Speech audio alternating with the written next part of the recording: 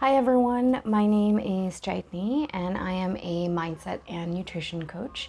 I help clients cope with stress, depression, or anxiety through healthy habit formation, positive lifestyle changes, and proper nutrition. Every week I drop a wellness related video, so if that interests you, then please make sure to subscribe to my channel. I also vlog every couple of weeks, so if you like some self-love and self-care reminders, then please make sure to subscribe to that. The link for that will be in the description. And lastly, you can follow me on Instagram at Imperfect Bodies by C Modi with frequent reminders of wellness and of health. So this week's topic is based on a workshop that I conducted recently, and it's called Mindful Healing. So what I'll be covering is what mindful healing is, why it's important, and then some ways to actually go ahead and start incorporating mindful healing into your daily life. There was a handout that I'd given to the participants in the workshop. I will make that available to you as well. The link for that will be in the description of the video, so you can access it. And you can refer to it while we do this together, or you can do it at a later time once you're done listening to the video. So first things first, what is mindful healing? Mindful healing really is, the way I look at it, it's broken up into three parts. Part one is, first of all, acknowledging and accepting the emotions. So not shoving them under the carpet, not ignoring them, not numbing from, not trying to escape from them. It's really understanding that, all right, you're feeling a certain way and it's not a pleasant feeling, but you're feeling it. And then part two is really understanding those emotions and actually processing those emotions. It's when you process is where the magic happens and where the healing happens. And then part three is looking for really healthy ways of coping with these negative emotions. A lot of times we turn to some unhealthy ways and quick ways of dealing with them because nobody likes to feel stressed. Nobody likes to feel sad or rejected or angry or hurt. So it's human nature to try to alleviate that pain and to alleviate that emotional turmoil with something that's going to be a quick fix. But even if it's a quick fix, it needs to be healthy for you mentally and physically so that it's something that you can sustain in the long term. So that's kind of the third part of it, is replacing unhealthy coping mechanisms with new ones or discovering new ones to make this whole process a lot easier. Now, why is mindful healing important? The reason it matters is when you have unresolved trauma, it stays with you. You may think that something that happened in childhood is done and you've just put it under, put a lid on it and you don't need to deal with it anymore, but it will come back to haunt you, and it turns into the behaviors and actions that you develop over the years. So unresolved trauma can lead to doom scrolling on social media. It can lead to binge watching. It can lead to impulsive behavior, addictive behavior, turning to cigarettes or alcohol to escape, and of course food to escape. So there can be a lot of consequences to unresolved trauma. A lot of times it's something that gets passed on from one generation to the next. So you might be a victim of generational trauma as well. So that's why it's important to resolve these negative emotions and everything that festers in us, so that it doesn't turn into unhealthy ways of dealing with it. So that's why mindful healing is extremely important. And with mindful healing, ultimately you'll be able to show yourself some compassion, forgiveness, acceptance, and actually start to live mindfully. So it's really self-care and self-love that eventually you can also give out to the people around you and to the world that you live in. So that's why mindful healing really matters. Now, what I've done is, once you pull up the worksheet, you will see a bunch of different sections on there. The first section is titled Identify. So a lot of times, there are events or people or certain situations that kind of set us off. And those are our triggers. So we all have them. These are the triggers where we don't react the way we'd like to, or triggers that happen very frequently. For you, it could be somebody trying to make decisions for you or trying to control you when you don't like that. Or a trigger for you could be grief, losing someone who's very close to you, or the end of a relationship. Breakups are an example too. So any kind of grief, loss, breakup, any kind of abuse, there's just so many triggers that could be. It could be, not being appreciated at work over and over again, or not being heard and your boundaries being disrespected constantly, whether it's in a personal relationship or professionally. So that was step one, is you need to identify your triggers. And I'm not talking about pet peeves. There's a big difference. Pet peeves are just the small irritations of life, like somebody not saying thank you when you hold the door open for them, or somebody just not shutting doors after them. So those are minor things, but I'm talking about the slightly larger things in life, or the bigger ones that are repetitive and that usually set you off and then just put you in a bad mood. So you want to take a few minutes and write down 3 to 5 triggers, the most common ones, and then take a few minutes and see if you notice a pattern. Or if there is, some kind of theme to these triggers. A lot of times the theme is rejection. A lot of times it is disrespect. A lot of times you will see that the root of all that has to do with something that maybe happened to you years ago. So just and I know this might take a little bit of time, and that's all right. You have the time to do this, but really sit with these triggers and figure out, okay, is there a pattern? Is there a theme here? If there isn't, you don't need to force one, but there usually is, and that's why these are your triggers.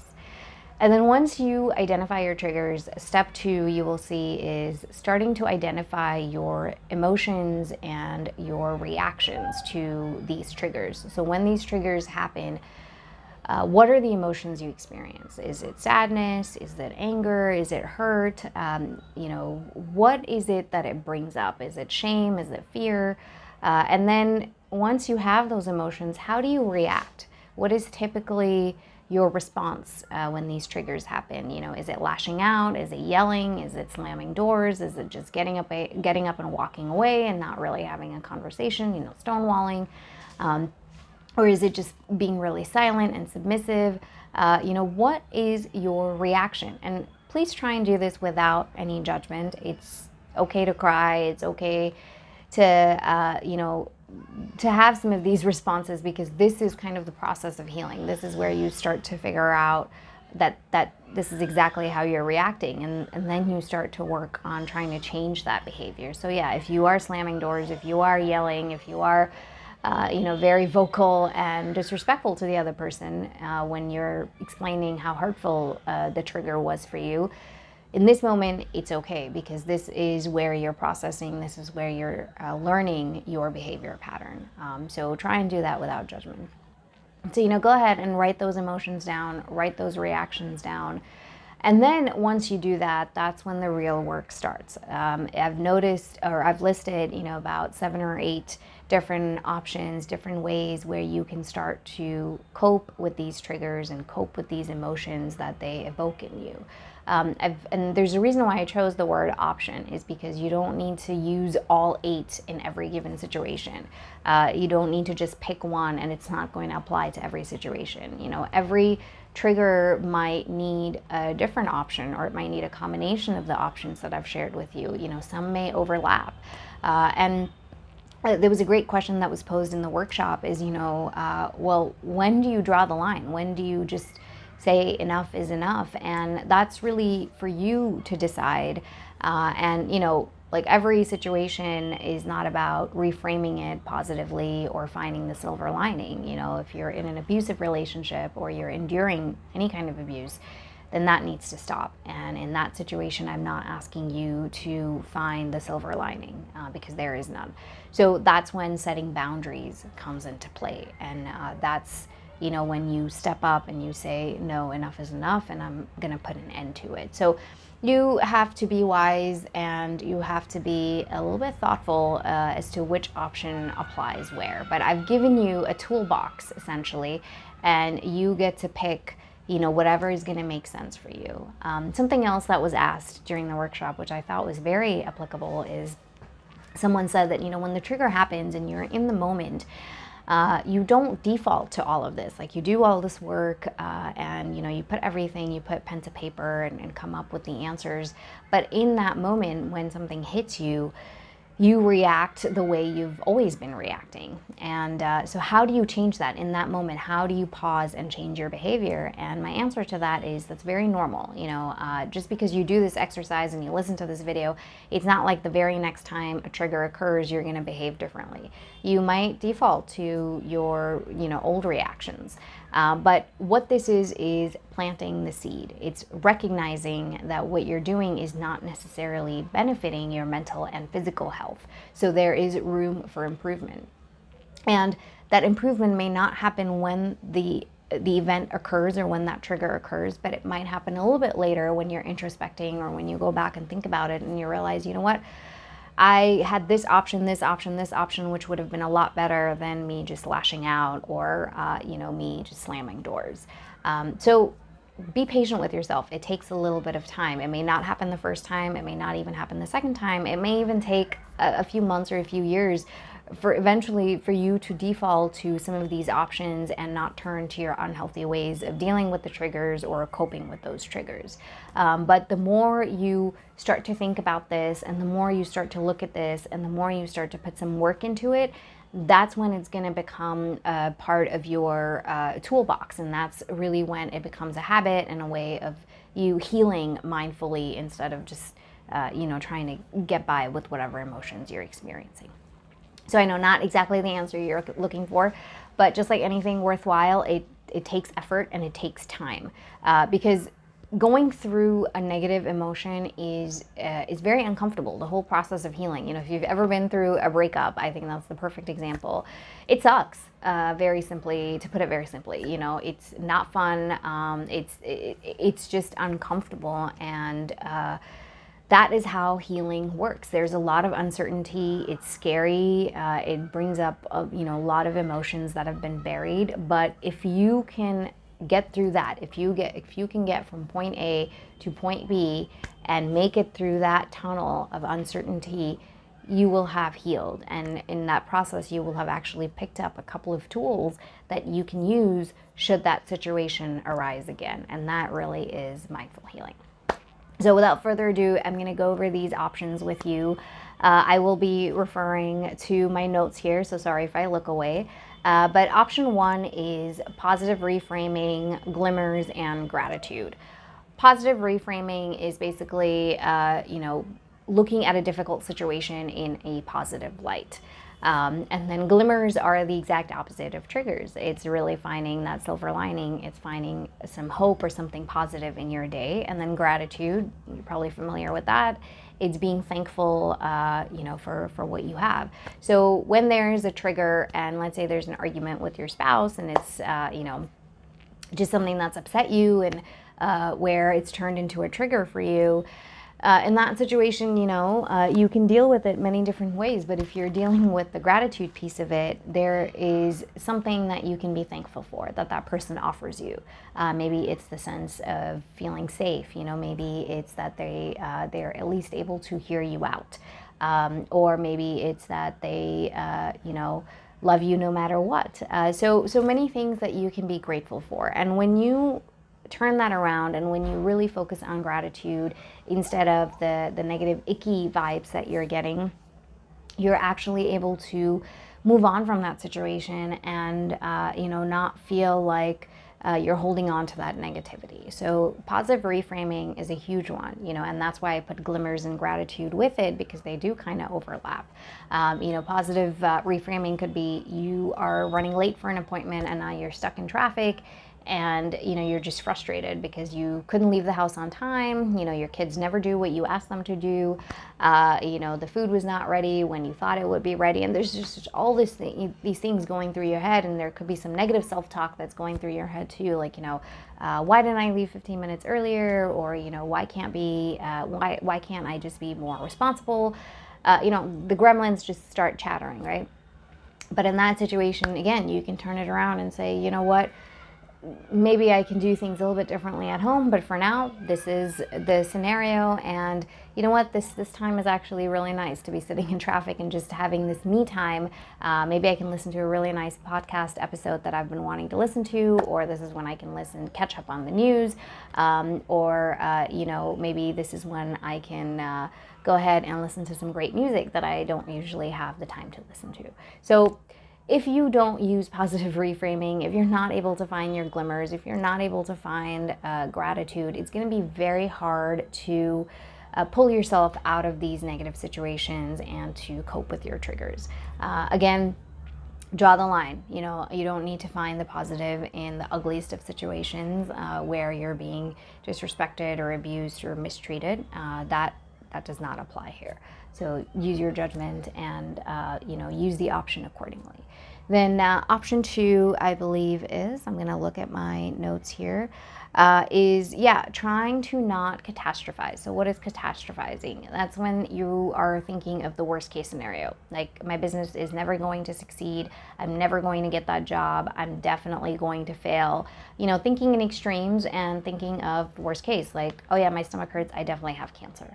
That is catastrophizing, and it may seem a little humorous, but many of us do it, and it's used almost as a protective mechanism where you do this because if you do fail, or if you do get that scary diagnosis, it won't hit you as hard, and you won't be as hurt, or you won't be as pushed back. So you're already developing a way to protect yourself. You're already developing that shield. And so that's one of the reasons why people do it too. But it takes away from you. It takes away from you meeting your potential. It takes away from taking the risks that you want to take. And it takes away from really exploring who you are. So not catastrophizing is a big part of it. But how do you do it? So I'm going to share some questions that you can either write down or try and remember. So the next time you get these thoughts, ask yourself these questions. So if we were to take the scenario of my business is never going to take off, it's never going to be successful, you can ask yourself, well, has this happened in the past? How frequently does this happen in real life? What would the worst possible scenario be for you? Okay, you go bankrupt, you lose a lot of money. What is that worst case scenario? It's important to think about that. I know it seems counterintuitive because here I am telling you don't catastrophize, but you need to think about that. You need to put some visuals to these thoughts that you're having. And the reason is, when you start to think about that worst case scenario, then you also can come up with some solutions. And you can figure out the support system that you might lean on, or, okay, yes, I might have to file for bankruptcy, or I might lose, a ton of money, then what is my plan B? And that is going to help calm the nerves and calm your anxiety. So that's why that's an important question. The other one is, which is one we rarely ask, is what is the best possible scenario? That, maybe you make a ton of money and you hit your profit numbers, and you turn into a publicly traded company, and all of those dreams come true. So ask yourself that as well. We focus so much on the negative that we don't really pay attention to the positive outcome that might be. And this here is one of my favorite questions, and that is, how would a loved one respond to all these worries? If instead of you, it was your best friend launching their business and thinking, what, my business is never going to succeed and just always going to be a failure, how would you talk to them? What would you tell them? And that's the exact conversation you need to have with yourself. We are so hard on ourselves when we're way more kind to the people that we love. So talk to yourself like you love yourself, because you should, but talk to yourself very candidly, very honestly, very logically. So instead of putting yourself down, think about, all right, how would your best friend actually talk to you about this? Or someone who loves you, how would they respond to these worries? And then the next one is, if the worst possible situation does come true, how would you cope with it? Like, one of the things I mentioned is, turning to your support system. But basically, what is plan B? What would you do and how would you handle that situation? And the last one is, what would put your mind at ease? So as you're thinking about, is the business going to take off? Am I going to meet my numbers? What's my revenue going to be like? Is it going to be what I want it to be? ask yourself what would put your mind at ease. And usually in that case, what happens is actually doing the work, is just putting in the hard work, putting in the time, doing the work that is required of you. That will automatically put your mind at ease. But maybe it's, being around something positive, or having a mentor, or, maybe working with a coach. So whatever is going to put your mind at ease, go ahead and do that. Invest in that so that you're not sitting here thinking these terrible thoughts in the middle of the night and losing sleep over it. And then option number 3 is setting boundaries, which is something that we all struggle with from time to time. Some of us are better at setting boundaries than others. So it's really a lifelong process. But when it comes to setting boundaries, it's about your non-negotiables, right? Where do you draw the line, a hard line where that nobody is allowed to cross? So the first part of that is really figuring out what are those non-negotiables for you. And again, I'm not talking about the small things that annoy you, but these are the big ones. This is the line that you draw that nobody's allowed to cross.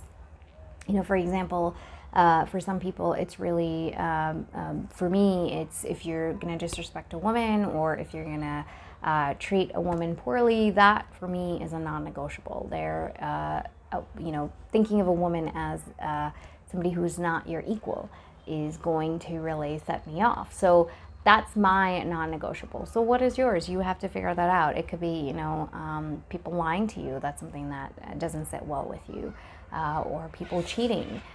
So there can be a myriad of things, but come up with some really basic ones, like some 3 to 5 things is what I would say. This is not a page-long list that you're going to create, but what resonates with you, to your values, your values and your principles and your morals, and those itself are your non-negotiables. You have to do that so you know when to set a boundary and when not to. So that's step 1. And then step 2 of setting boundaries is practicing what you will say in these recurring situations where your boundaries are crossed. So if you go back and think about that first exercise you did where you identified your triggers, right? So think about those situations or those people. They are essentially crossing the line, or at least to you, it feels like they are crossing the line. So when that happens repeatedly, how are you going to respond? If you don't practice, you will not be able to speak up in the moment. So it's important to start somewhere. And you have, 4 options. One is you say no, and that's it. You leave it at that. Number 2 is you say no and you give a reason, and you say, you know what, I won't be able to commit to this right now. I have a lot on my plate. Number 3 is, which is one of my favorites, is you say, let me get back to you. You don't need to have an answer right away. If somebody corners you or puts you in a spot, you can say, let me think about it. Let me get back to you. I promise I will get back to you tonight, or the earliest is, tomorrow afternoon. And then you can respond, by that deadline. But that gives you some time. You've borrowed some time, and you're able to think through things, and you don't have to say yes because you feel pressure to say yes.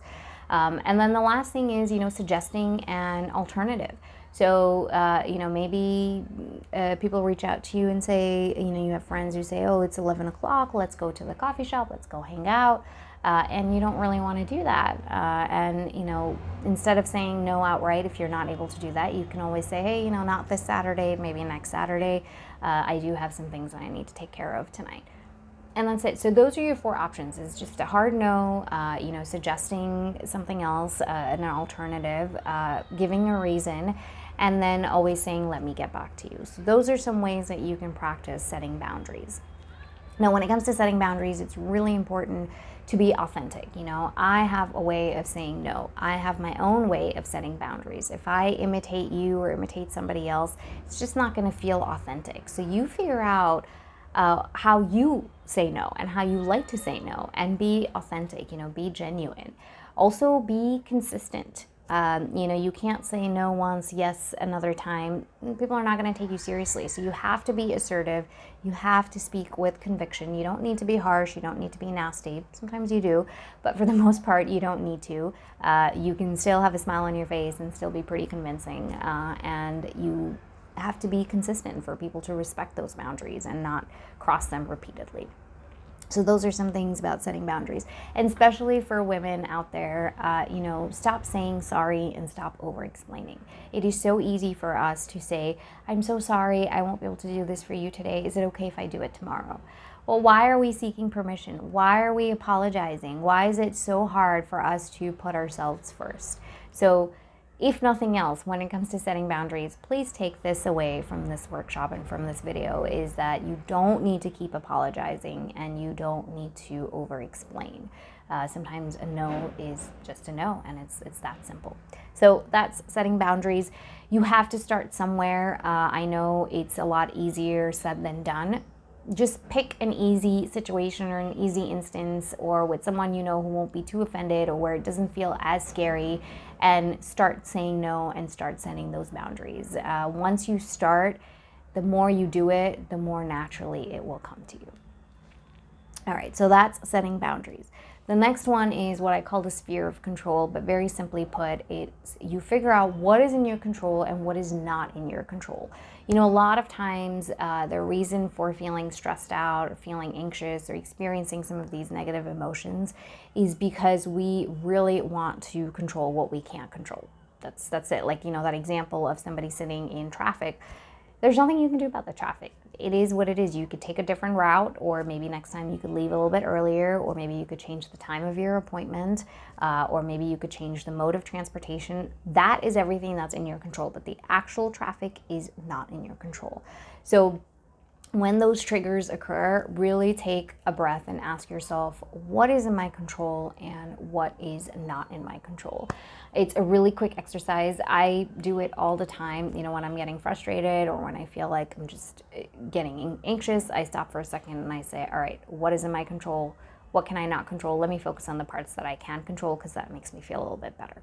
So something to think about.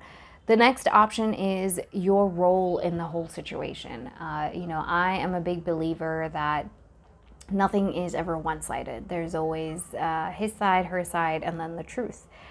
So you have to evaluate your role in these situations and in these triggers, whether it's with other people or it's circumstances. Are you enabling some of this behavior? Are you letting them get away with it? Are you responding respectfully? Are you keeping your voice in check? Are you making sure that you sit down and actually have a dialogue, or are you just screaming and yelling and you're the only one who wants to be heard? So what is your role in this whole thing?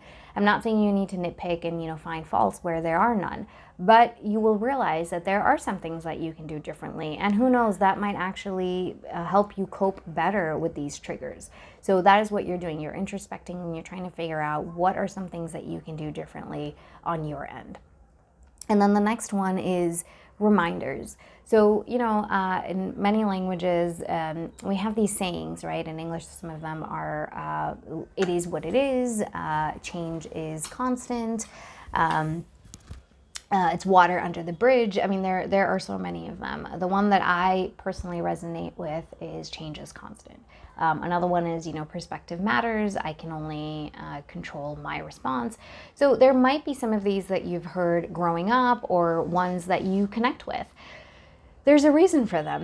Somewhere they align with your values, and somewhere they align with your outlook of life. So hold on to those. In the moment, they may not come to you, but that's where Post-it notes come in handy. That's where reminders come in handy. So I used to have a Post-it on my laptop that had one of these sayings, because sometimes I would get so frustrated. I used to work from home, and dealing with my clients, it would just get to me, and I could feel myself getting anxious, and I could feel myself starting to feel really stressed. So having that Post-it note was a really nice reminder of you know what, this is how I look at life, and this is what's happening, and I just need to let it go. So have those reminders where you can see them even on occasions when you're not experiencing the triggers, because that's how the next time that trigger occurs, in your head, you will default to that reminder, and you will fall back on it and realize, you know what, change is constant. This is bound to happen. So whatever your sayings are, write them down, think about them, and put them in a place where you can see them pretty frequently. And then the next one is, having a solid support system. So I'm not just talking about your inner circle. When I say support system here, I mean turn to the right people for the right guidance.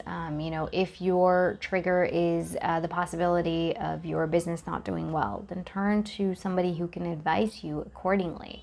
If you're going through some relationship issues and your triggers stem from those relationships, turn to a person who will give you very genuine advice when it comes to your relationships.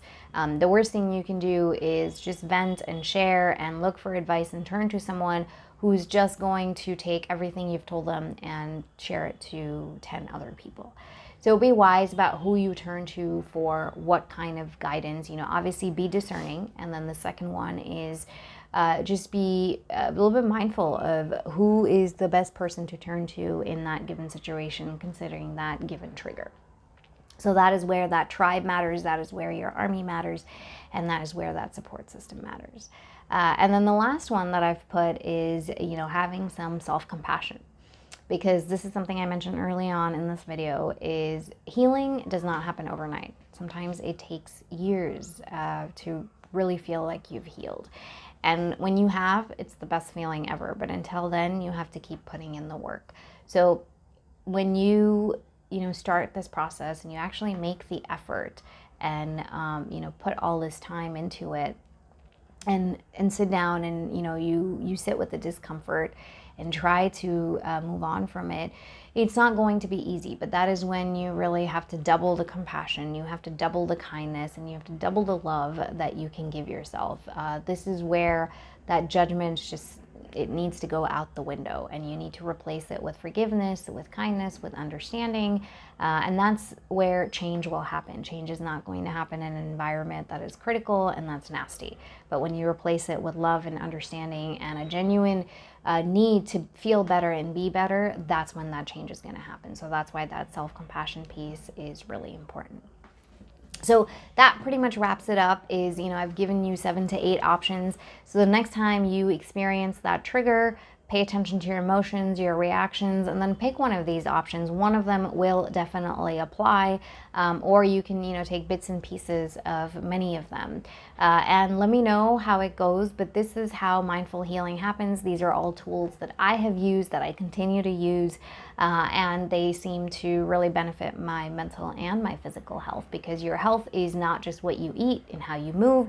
It's really about how you feel, how you think, and then how you act upon those feelings. So thank you so much for your time. I really appreciate it. I will catch you here next week. In the meantime, take really good care of yourself. Bye-bye.